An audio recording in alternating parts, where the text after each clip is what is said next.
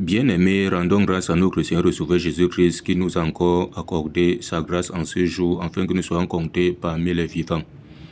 Bien-aimés, toi et moi, personne de nous n'est couché à l'hôpital, ni a perdu un sens ou un membre de son corps. C'est pour cela qu'il est très important d'être reconnaissant envers Dieu, parce que lui-même, il a dit, soyez reconnaissants car je suis reconnaissant. Au nom de Jésus-Christ, Amen.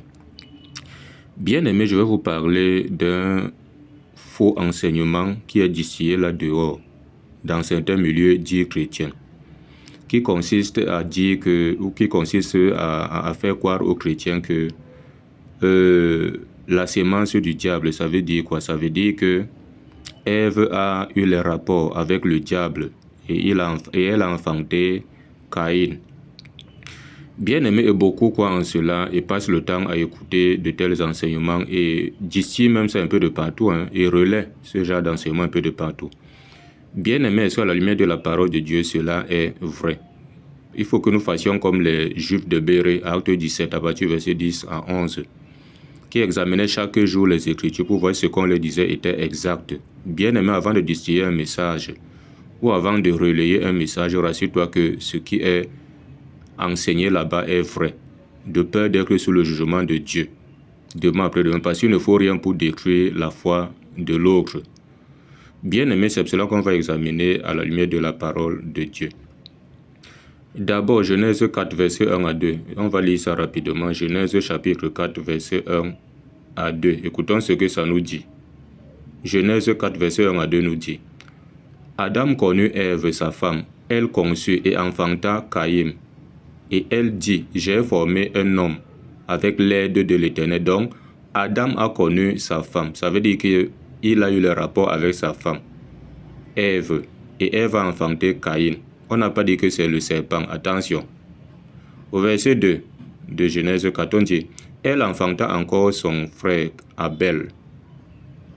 Abel fut berger et Caïn fut laboureur. Donc voilà d'abord les deux enfants que Adam et Ève avaient eu.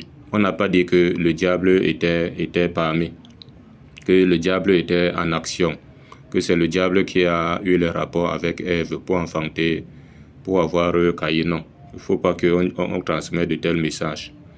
Et quand on dit ici, à 1 Jean 3, verset 8 à 12, on va lire rapidement.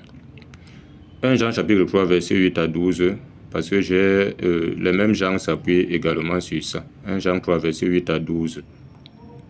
Qui dit ici? Qui dit? Celui qui pêche est du diable, car le diable pêche dès le commencement. Le Fils de Dieu a apparu afin de détruire les œuvres du diable. On dit quiconque est né de Dieu ne pratique pas le péché, parce que la sémence de Dieu demeure en lui. Il ne peut pécher parce qu'il est né de Dieu.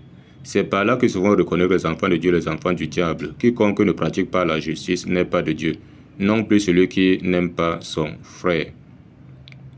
On dit, car ce qui vous a été annoncé et ce que vous avez entendu dès le commencement, c'est que nous devons nous aimer les uns les autres et ne pas ressembler à Caïn, qui était du malin et qui tua son frère.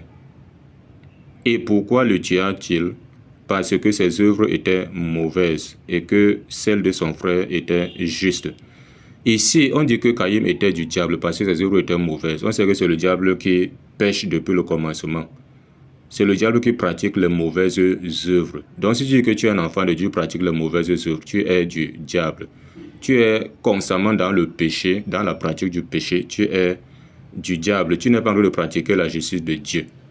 Donc tu n'es pas en train de pratiquer ce qui est conforme à la parole de Dieu, ce qui est agréable à Dieu. Mais on n'a pas dit que c'est le diable qui a fait les rapports avec soit ta mère et il t'a engendré. Comme ils disent ça ils disent ça avec Ève. Non. C'est au travers des mauvaises œuvres. Parce que si tu dis que tu es un enfant de Dieu, au lieu de pratiquer les bonnes œuvres, toi tu pratiques les mauvaises œuvres, tu glorifies plutôt le diable. Tu es en train de montrer en réalité que tu appartiens plutôt au diable.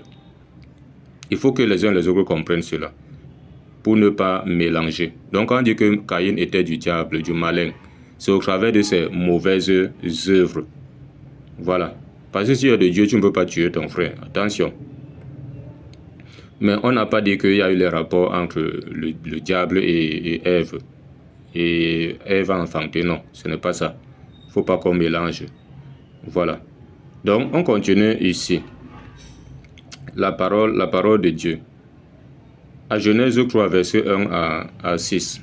Le serpent même là qui avait séduit Ève, c'est le diable, Satan, le diable.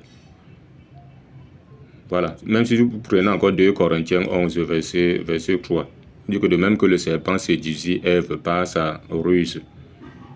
Apocalypse 12, verset 9. Écoutons ce que ça nous dit. On va terminer par là. Apocalypse 12, verset 9. Voilà, Apocalypse 12, verset 9. Écoutons ce que ça nous dit. Ça nous dit ici. On dit, « Et il fut précipité, le grand dragon, le serpent ancien, appelé le diable et Satan, celui qui séduit toute la terre. Il fut précipité sur la terre et ses anges furent précipités avec lui. » Donc, le serpent qui avait séduit Ève, c'était Satan, le diable. Voilà, il a séduit Ève en disant à Ève de manger l'arbre de la connaissance du bien et du mal, son fruit en fait. Et elle a mangé. Il n'en était pas question de rapport entre les deux, non. C'est pas ça, parce que Adam était même à côté de Ève. Parce qu'elle a pris, elle a mangé, elle a aussi donné à Adam qui était auprès d'elle. Donc ça n'a rien à voir avec la sémence du serpent et autres. Ça n'a rien à voir avec ça. Et quand on parle même de la sémence ici, on va prendre rapidement Matthieu 13, verset 36 à 43. Bon, puisqu'on va terminer par là. Quand j'étais en train de parler, c'est monté en moi. Matthieu chapitre 13, verset 36 à 43. Jésus parle de la parabole de la bonne sémence et de l'ivraie. Et il explique la bonne sémence et de l'ivraie.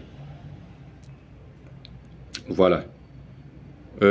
Voilà, à partir du verset 36 de Matthieu 13. On dit, « Alors il renvoya la foule et entra dans la maison. Ses disciples s'approchèrent de lui et dit, « Explique-nous la parabole de l'ivraie du champ. » Il répondit, « Celui qui sème la bonne sémence, c'est le Fils de l'homme. » Donc c'est Jésus qui sème la bonne sémence.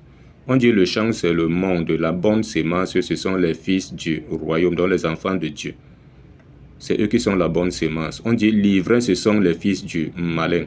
Et quand on parle des fils du malin ici, c'est selon leurs mauvaises œuvres, selon la vie du péché qu'ils mènent, selon leur désobéissance.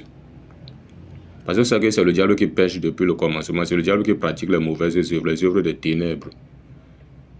Voilà, au verset 39, on dit, l'ennemi qu'il a sémé, c'est le diable.